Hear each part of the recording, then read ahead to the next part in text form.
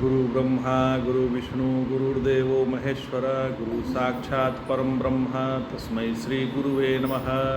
ओम नमो ब्रह्म दिव्यो ब्रह्म विद्या संप्रदायकृतभ्यो वंशऋषिभ्यो महद्भ्यो नमो गुरुभ्यः। सर्वफल्लवरहित प्रज्ञानघनः विगर्धो ब्रह्मे वामस्मि। ओम नारायणं पद्मं वशिष्ठं शक्तिं च तत्पुत्रं पराशरं च व्यासं शुकं गौड़पदं महान्तं गोविन्दगिन्दमथास शिष्यं श्रीशंकराचार्यमथास्पदपादं च हस्तामलकं च शिष्यं तं तोटकं वर्तिकान् स्मृतिगुरुसन्ततो मानुतोऽस्मि। श्रुतिस्मृतिपुराणानाम् आलयं करुणालयं नमामि भगवत्पादं शङ्करं लोकशङ्करं शङ्करं शङ्कराचार्यं केशवं बादरायणं सूत्रभाष्यकृतो वन्दे भगवन्तो पुनः पुनः। ईश्वरो गुरुरात्मेति मूर्तिभेदविभागिने व्योमवप्ताय देहाय दक्षिणामूर्तये नमः। ओम श्री गुरुभ्यो नमः। ओम श्री परमात्मने नमः। हम लोग गीता के 11वें अध्याय का अध्ययन कर रहे हैं। अर्जुन कहते हैं 39वें श्लोक में वायुर्मोऽग्निवरुण शशाङ्कः प्रजापतिस्त्वं प्रपितामहश्च नमो नमस्तेस्तु सहस्रकृत्वः पुनश्च भूयोऽपि नमो नमस्ते। कहते हैं कि आप वायु यम अग्नि वरुण चंद्रमा प्रजापति और प्रपितामह मतलब प्रजापति ब्रह्मा के भी पिता हैं। आपको हजारों बार नमस्कार है तथा फिर भी बार बार नमस्कार है। आप वायु हैं जिसके कारण से जीवन चल रहा है महाराज। यम है इस जग को नियमित रखता है। आप ही अग्नि हैं जो इस जगत को आधार दे रहा है। आप ही वरुण हैं महाराज जो इस जगत का जीवन का प्राण है। आप ही शशांक हैं यानी मन के देवता आप ही हैं। प्रजापति आप हैं मतलब इस जगत में प्रजनन का जो कार्य हो रहा है वो आपके द्वारा ही हो रहा है। आप ही ब्रह्मा जी के पिता हैं। ऐसे जो आप हैं आपको हजारों बार नमस्कार है। आपको पुनः पुनः हजारों बार नमस्कार करता हूँ। एक बार हमने सोचा, ध्यान दीजिएगा, एक बार हमने सोचा कि गुरु महाराज को कुछ दे दें। फिर मैंने सोचा कि क्या दें। पुनः सोचा कि उनको कुछ पैसे दे देते हैं। तो प्रश्न आया कि वे तो वैराग्यवान हैं, उनको पैसा देकर क्या करेंगे। फिर हमने सोचा कि गुरु महाराज को आदर दे दें। तो फिर मैंने सोचा कि उन्होंने हमें सिखाया है, हमें मान सम्मान के परे जाना है। तो फिर क्या श्री गुरुदेव भगवान को अपने जीव भाव को समर्पित कर दें।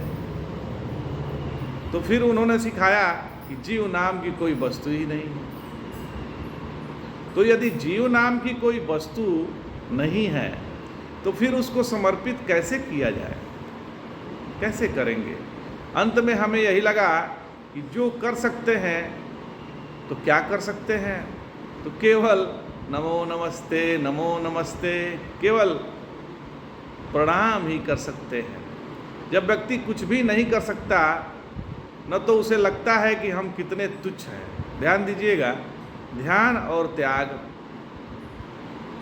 जब हम दान करते हैं, दान और त्याग, तो जब हम कोई दान करते हैं तो हमें पैसे के प्रति महात्म बुद्धि बनी रहती है। दान में उस धन के प्रति महात्म बुद्धि बनी रहती है। और जब हम त्याग करते हैं तो दुनिया के प्रति जो महात्म बुद्धि है वह खत्म हो जाती है। इसलिए दानी महापुरुषों से त्यागी महापुरुषों को महाराज कहते हैं। त्यागी पुरुष ही महाराज हैं। दान करने वाले राजा होते हैं और त्याग करने वाले महाराजा होते हैं। जब तक हमारे हृदय में दुनिया के प्रति महात्म बुद्धि है तब तक हम उसी में फंसे हुए हैं। इसलिए अर्जुन कहते हैं कि हे भगवान, हम आपको नमस्कार ही कर सकते हैं और क्या दें। फिर पुनः कहते हैं नमः पुरस्ताद पृष्ठस्थे नमस्तु ते सर्वद एव सर्व अनंत वीर्यामित विक्रमस्त्वं सर्वस्वाप्नोऽसि ततोऽसि सर्वः। अर्थात हे सर्वात्मन, आपको आगे से, पीछे से और सब ओर से नमस्कार है। क्योंकि आप अनंत बलशाली और अतुलित पराक्रमी हैं तथा सभी को व्याप्त किए हुए हैं, इसीलिए सब कुछ आप ही हैं। आगे इधर उधर सर्वत्र ब्रह्म ही है, जिधर देखिए वो ब्रह्म ही है। तो जो वस्तु दिखलाई देती है वह वस्तु परिच्छिन्न होती है, और जो जाना जाता है वह सबका अधिष्ठान होने के कारण विभु है। अतः अणु अणु सब उसी में भास रहे हैं। जितने अणु हैं सारे तो उसी में भास रहे हैं। अतः आप सर्वरूप हैं। जीवों में तो परिमित बल होता है, अतः आप, किंतु आपका जो बल है, जीवों में तो एक सीमा तक बल है, लेकिन आपका जो बल है वो असीम है, सीमा से परे है। यह संपूर्ण संसार आप ही की अभिव्यक्ति है। नारायण शास्त्र के अनुसार पीछे से नमस्कार करना वर्जित है। कोई श्रेष्ठ आगे चल रहे हों तो कोई उनके पीछे से आकर पांव छू ले तो यह वर्जित है। और चलते समय सामने से भी नमस्कार वर्जित है। चलते हुए को नमस्कार नहीं करना चाहिए, दातुम करते हुए को नमस्कार नहीं करना चाहिए, भोजन करते हुए या लघु शंका करते हुए को नमस्कार करना नहीं चाहिए। कोई दूसरे के ध्यान में लगे हों तो उसको नमस्कार करके ध्यान भंग नहीं करना चाहिए। जब वह आंख उठाकर देखे तब नमस्कार करना चाहिए। आजकल जो लोग उपनिषद पढ़ लेते हैं, व्याकरणाचार्य, दर्शनाचार्य हो जाते हैं, पर मनुस्मृति नहीं पढ़ते हैं। कैसे नमस्कार करना चाहिए यह मनुस्मृति में बहुत अच्छा से वर्णन किया गया है। दाहिने हाथ से बायां पैर नहीं छूना चाहिए और बाएं हाथ से दाहिने पैर को नहीं छूना चाहिए। हाथ पट करके नमस्कार नहीं करना चाहिए, हाथ चित करके नमस्कार करना चाहिए। नमस्कार आशीर्वाद लेने के लिए किया जाता है। आगे कहते हैं सखेति मत्वा अस प्रशभम यदुक्तम हे कृष्ण हे यादव हे सखेति अजानता महिमानं तवेदं मया प्रमादात् प्रणयेन वापि यच्चावहारसार्थमशत्कृतोऽसि विहारशयासनभोजनेषु एकोऽथा वाप्यच्युत तत्समक्षं तच्छामये त्वामहं प्रमेयम्।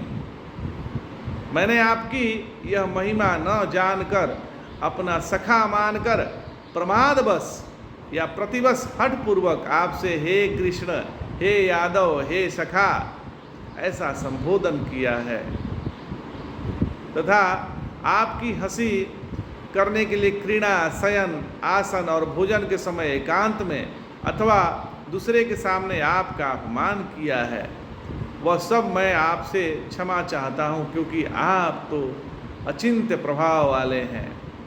फिर कहता है अर्जुन पीतासी लोकस्य चराचरस्य तपस्य पूज्यस्य गुरुर्गरीयान् न त्वत्समोऽस्वधिकः कुतो अन्यो लोकत्रयोप्य प्रतिम प्रभाव।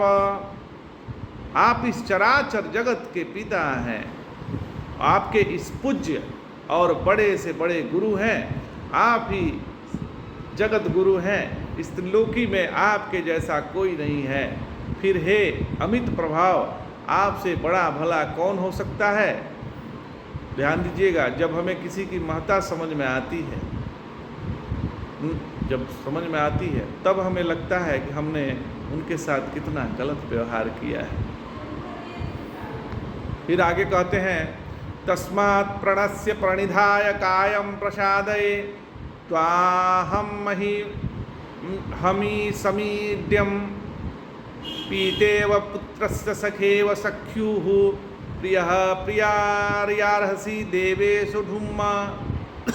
आप सर्वसमर्थ स्तवनीय हैं, अतः मैं साष्टांग प्रणाम करके आपको प्रसन्न करना चाहता हूँ। आप मेरे अपराधों को उसी प्रकार क्षमा कर देवें जैसे पिता पुत्र के, मित्र मित्र के और प्रियतम अपनी प्रिया के अपराधों को क्षमा कर देते हैं।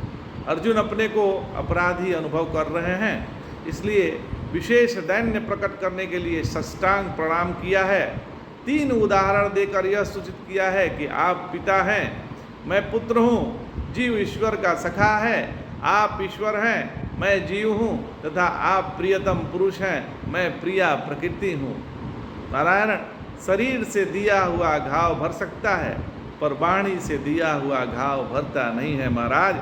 वाणी का घाव हटाने के लिए केवल शास्त्रों का अध्ययन और श्रवण आवश्यक है। राजा परीक्षित जी को श्राप दिया गया था शब्दों से ही। एक सांप तुमको 7वें दिन आकर काट लेगा, इस शब्दों का ही श्राप था ना। तो शब्दों के श्राप का निराकरण भागवत के शब्दों द्वारा ही सुनने से हुआ। जब भागवत उन्होंने सुना तो उसका निराकरण हो गया। मनुष्य 3 प्रकार की गलतियां करता है। पहला तो अज्ञान में करता है, दूसरा आदत बस करता है, और तीसरा ज़्यादा ही प्रेम में आकर के आदमी गलती करता है। फिर आगे कहते हैं, अदुष्ट पूर्वम हर्षितोऽस्मि दृष्ट्वा भयेन च प्रवृद्धिं मनो मे तदेव मे दर्शय देव रूपम प्रसिद्ध देवेश जगन्निवास। अर्थात हे देव, पहले कभी न देखे हुए आपके इस रूप को देखकर मैं बड़ा हर्षित हूँ, और साथ ही भय से मेरा मन घबरा रहा है। अतः हे देवेश्वर, हे जगन्निवास, आप प्रसन्न होइए और मुझे अपना ही वही रूप दिखाइए। वहाँ अर्जुन ने हर्ष और भय दोनों को व्यक्त किए हैं। भगवान का वैभव देखकर उसे अत्यंत हर्ष हुआ, किंतु उस विकराल रूप को देखकर भय भी हो रहा है। वैभव यही था कि भगवान सब कुछ करते हुए भी अकर्ता हैं तथा सगुण साकार होते हुए भी निर्गुण निराकार हैं। इस प्रकार वह सभी विरुद्ध धर्मों के आश्रय और सर्वधर्मातीत हैं। आज इतना ही। जय जय शंकर, हर हर शंकर।